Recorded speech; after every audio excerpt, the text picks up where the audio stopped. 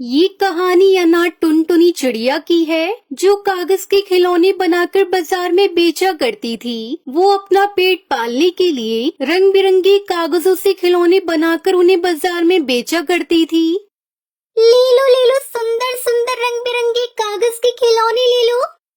अरे ओ टुनटुनी, ये कागज के 50 फूल तो देना। टुनटुनी कागज के इतने सुंदर खिलौने बनाती थी कि देखने वालों की नजर उन खिलौनों पर से हटती ही नहीं थी और इसी वजह से उसके सारे खिलौने फटाफट से बिक जाया करते थे।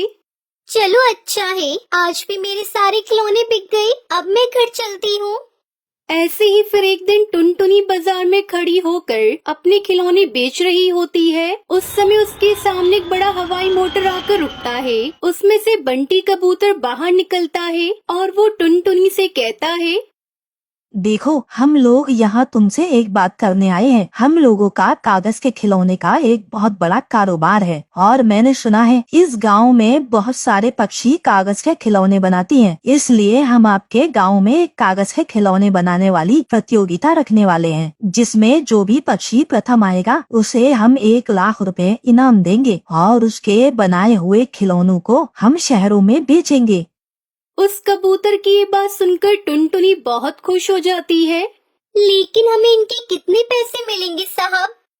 अरे, अगर पूरे महीने खिलौने बनाओगी ना तो लाखों रुपए कमा सकती हो तुम। ये सब बातें टुनटुनी के पास में खड़ी सुंदरी कौवी सुन लेती है और वो भी टुनटुनी की तरह ही कागज के खिलौने बनाकर बेचा करती थी और वो कबूतर की लाखों रुपए की बात सुनकर कहती है, अरे वाह, अब तो लाखों रुपयों की कमाई होगी मेरी और इसमें मेरी मदद करेगा मेरा पहलवान पति कड़कनाथ सेठ। ये कहकर सुंदरी कौवी अपने पति को सारी बात बताती है।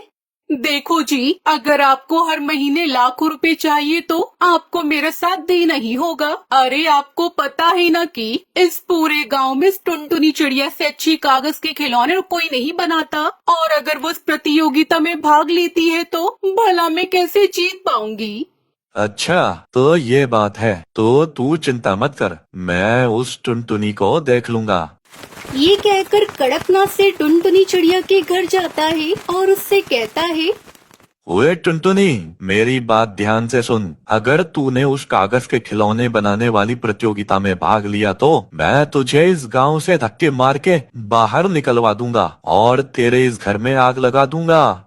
ये कहकर कड़कनाथ सेठ वहाँ से चला जाता है। लेकिन टुनटुनी चिड़िया बहुत ही बहादुर हौसला रखने वाली चिड़िया थी, इसलिए वो अपने आप से कहती है, अब तो चाहे कुछ भी हो जाए, मैं इस प्रतियोगिता में जरूर भाग लूंगी।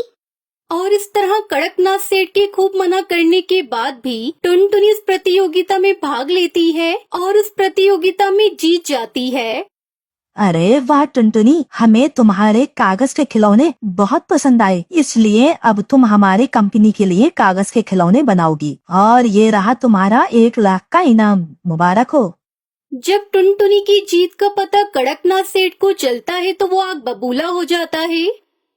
उस टुनटुनी की इतनी हिम्मत कि मेरे मना करने के बावजूद भी उसने प्रतियोगिता में भाग लिया। अब मैं उसे नहीं छोड़ूंगा। वो अपने कुछ साथियों को लेकर टुनटुनी के घर जाता है और उसके घर में आग लगा देता है और टुनटुनी के घर वापस आने से पहले ही उसका घर पूरी तरह जलकर राख हो जाता है और अपने घर की ये हालत देखकर वो फूट फूट कर रोने लगती है। उन लोगों ने मेरे घर को जलाकर राख कर दिया। भला मैंने उन लोगों का क्या बिगाड़ा था? अरे मेरे साथ ऐसा क्यों किया?